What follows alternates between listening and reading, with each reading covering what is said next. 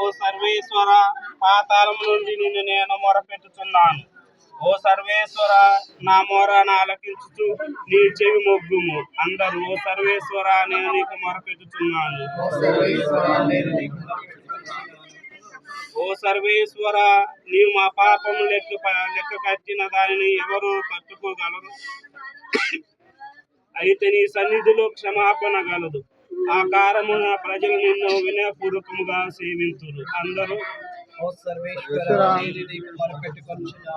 నేను సర్వేశ్వరుని యందు నమ్మకం ఉంచుతున్నాను. నా ఆత్మ ఆయన యందు ఆశ పెట్టుకుని ఉన్నది.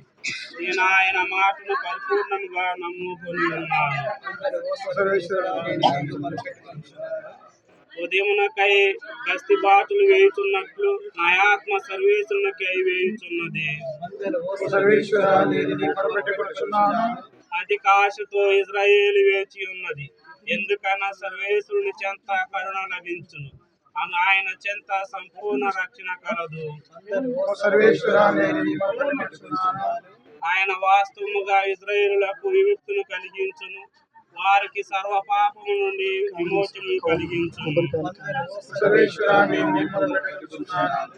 ప్రభువు మీతో నుందురుగాక.